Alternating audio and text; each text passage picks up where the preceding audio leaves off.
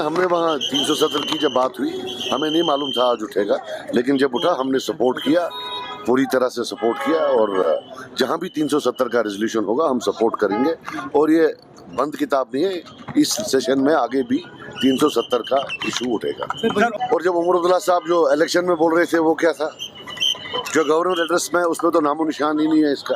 370 का इस सेशन में जो रूह होगी वो 370 ही। सज्जाद साहब जब बता दिया उसके बारे में, मैंने आपको बता दिया।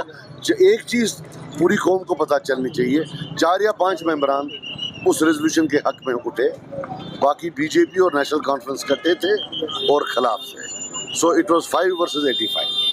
सो अब ये नेशनल कॉन्फ्रेंस पर है, वो लोगों को बताएं वो इसके हक में है या खिलाफ। देखिए वो बाद में बाकी बात करते हैं, लेकिन ये जो गवर्नर एड्रेस है इसमें भी 370 का जिक्र नहीं है, जबकि जो मैनिफेस्टो है उसमें बताया गया था कि पहले वर्किंग डे के दिन 370 का रेजोल्यूशन होता है। वो चले आज नहीं था तो आगे वो रेजोल्यूशन लाए, हम तो सपोर्ट करने के लिए तैयार थे। हम पर तो ये बोलते थे ए टीम बी टीम है, अब ये शाल वालों की टीम है, ये शाल वाले ही लाएं, हम सपोर्ट करते हैं, हमें क्या है।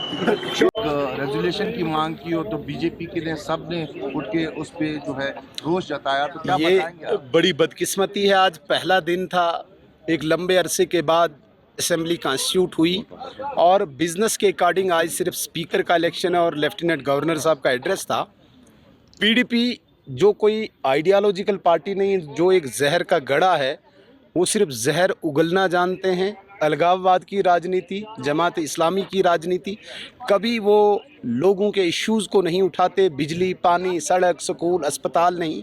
और आज उनका एक न्यूली इलेक्टेड मेंबर जो असेंबली में 370 को चैलेंज कर रहा है, बड़ी बदकिस्मती है। जिस 370 को देश के पार्लियामेंट ने, सबसे बड़े कॉन्स्टिट्यूशनल मंदिर ने धराशायी किया, किस असेंबली के पास इख्तियार है कि वो 370 को चैलेंज करे।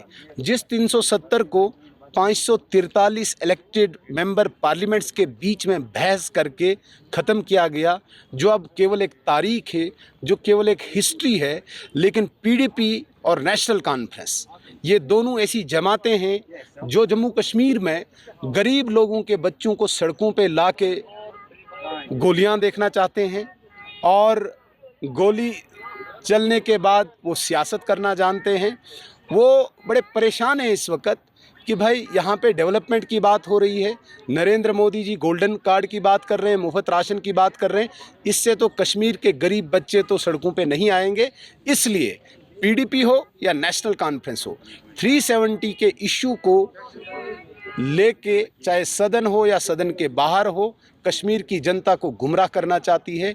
मैं इतने बड़े फोरम पे कहना चाहता हूं जहां पे आप सभी मीडिया कर्मी हैं, आप लोगों को सच बताएं कि 370 को इस जम्मू कश्मीर यूनियन टेरिटरी की असेंबली से कोई नाता नहीं है, कोई संबंध नहीं है।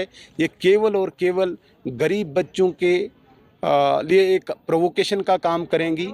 खुद एमएलए का बेटा इस बार 2nd 3rd जनरेशन एमएलए बन के हाउस में बैठे हैं, लेकिन गरीब का बेटा सड़क पे आए, उसके लिए ये प्रयास आज वहीदुर रहमान परा साहब ने किया। Thank you. आफ्टर एब्रोगेशन 5 अगस्त 2019 के बाद ये पहला असेंबली का हाउस है और it's a historic day for many of us. इतने लोगों ने वोट डाला है और लोगों के जो सेंटिमेंट है, उन्होंने एतमाद दिया इस सरकार को, खासकर उमर साहब की सरकार को। हमारी रेजोल्यूशन का गर्ज आज इस असेंबली में ये नहीं था कि हम पॉलिटिक्स करें या किसी चीज़ पे बात करें या अपोजिशन करें। ये रेजोल्यूशन जम्मू कश्मीर के पहले लीडर शेख मोहम्मद अब्दुल्ला की लेगेसी की बात करता है और जम्मू के महाराजा, जो जम्मू के हिंदू महाराजा थे, उनकी आइडिया, जो उनकी क्रिएटेड स्टेट है, उसकी रेस्टोरेशन की बात करता है। मुझे नहीं लगता जो भी हाउस में अंदर जितने भी लोग थे, किसी को भी अपोज करना चाहिए। We are seeking restoration of Article 370 in its original spirit, in its pristine spirit, and restoration of special status of Jammu and Kashmir that was abrogated on 5th August 2019 by the Parliament of India। उसकी restoration के लिए हमने resolution लाया।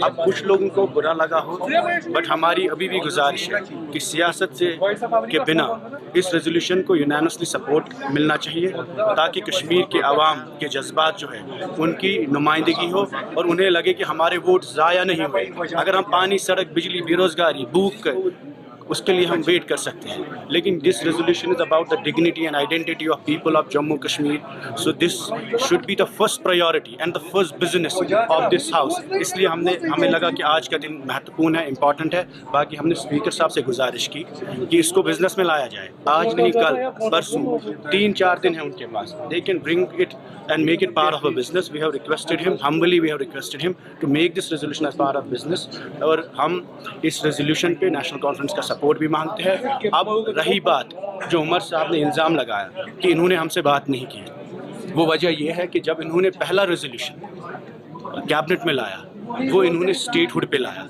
इन्होंने 370 पे नहीं लाया, और उस वक्त भी इन्होंने बात नहीं की। और जब वे पहली बार चीफ मिनिस्टर बन के दिल्ली चले गए तो they should have consulted everyone, they should have hold all party meeting and consulted all leaders of Jammu Kashmir irrespective of their ideology and regions, और बताना चाहिए कि हमें दिल्ली लेके कौन सा पैगाम जाना है, क्योंकि 5 साल के बाद ये असेंबली बनी है, लोगों के इतने जज्बात एसोसिएटेड है। इस वक्त उमर साहब पूरे सबके लीडर हैं, उनको सुनना चाहिए था लोगों की बात, उनको हम सबको बुलाना चाहिए था, अपोजिशन के लीडर उनको बुलाना चाहिए था और उनसे बात करनी चाहिए थी। और दूसरा इल्ज़ाम जो उन्होंने लगाया कि कैमरा के लिए है, 370 की जो बर्बादी हुई, जो स्टेट की तबाही हुई, वो सरेआम हुई, वो जंगल में नहीं हुई, वो कैमरा पे खुल के हुई।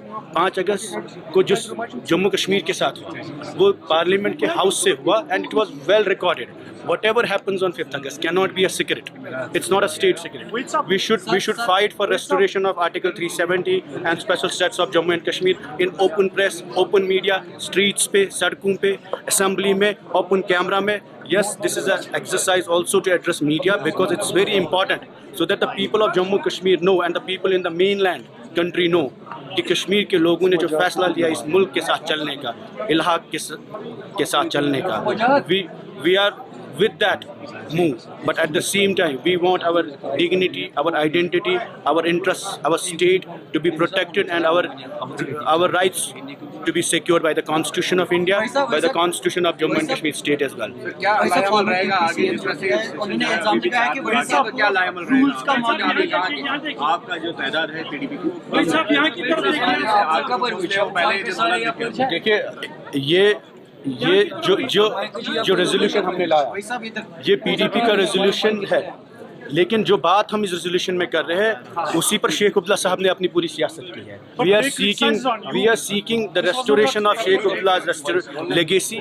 We are seeking the restoration of a state which was created by a Jammu Hindu Maharaja. तो हमने कोई एंटी नेशनल रेजोल्यूशन नहीं लाया और हम ये कहते हैं असेंबली में लाया है।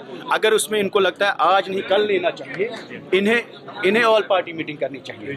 इन्होंने कांग्रेस के साथ बात की, इन्होंने कैबिनेट में रेजोल्यूशन लाया क्योंकि हमें लगा इनकी नीयत कैबिनेट में स्टेटहुड की है। और ये भी मैं आपको बोलता हूँ, प्राइम मिनिस्टर ने, होम मिनिस्टर ने फ्लोर ऑफ हाउस पे कहा कि हम जम्मू कश्मीर को स्टेटहुड देंगे। चीफ मिनिस्टर साहब ने पहली कैबिनेट जब की उन्होंने भी स्टेटहुड मांगा 5 साल बाद, और आज गवर्नर साहब ने जब आज पहला स्पीच दिया उन्होंने भी स्टेटहुड का वादा दिया। तो इसमें कोई डिफरेंस नहीं है, चाहे जो बीजेपी कहती है और जो दिल्ली में प्राइम मिनिस्टर साहब कहते हैं, होम मिनिस्टर साहब कहते हैं या उमर साहब कहते हैं, they are on the same page that Jammu and Kashmir needs the first step is state. But the demand in Jammu and Kashmir, जो लोग हैं, जो जहां ज़मीन पे हमने वोट लिया लोगों से, जो वादे किए, वहां उमर साहब ने खुद कहा कि जम्मू कश्मीर की असेंबली में पहला रेजोल्यूशन 370 पे होगा। उनकी हुकूमत का पहला रेजोल्यूशन 370 पे होगा, बट उनकी हुकूमत का पहला रेजोल्यूशन स्टेटहुड पे था। इसलिए we are not here to blame him. We don't want any scenes, we don't want opposition and we don't want create problems. हम दुआ करते हैं उनकी सरकार 5 साल चले, हम उनके साथ हैं, वो खुद को अकेला ना समझे, हम सब उनके साथ हैं। हमारी पार्टी प्रेसिडेंट ने, महबूबा जी ने क्लियर इंस्ट्रक्शन हमें दी है कि गवर्नमेंट चलनी चाहिए पूरे कंडीसिव एटमॉस्फेयर में। अपोजिशन आप क्रिटिसाइज करिए लेकिन कहीं पर ऐसी चीज़ ना करें जिससे हुकूमत को नुकसान हो। लेकिन हम उमर साहब से ये कहते हैं कि जो वादे हमने सड़कों पे किए, लोगों से किए, पास्ट में जिसने भी गलतियां की उसके लिए माफ़ी मांग सकते हैं। अगर हमसे भी गलतियां हुई हम भी माफ़ी मांगेंगे। हिस्टोरिकली नेशनल कॉन्फ्रेंस ने जो गलतियाँ की उनके भी माफ़ी मिल सकती है लोगों की। लेकिन इस वक्त the future cannot be governed by the past mistakes. This is about the future of Jammu and Kashmir and not about a party. This is not about NCPDP, Congress or BJP fight. This is about restoring the dignity and pride of Jammu and Kashmir. और वो खुल के जो इन्होंने 5 अगस्त 2019 को तोड़ा वो कश्मीर का घमंड था।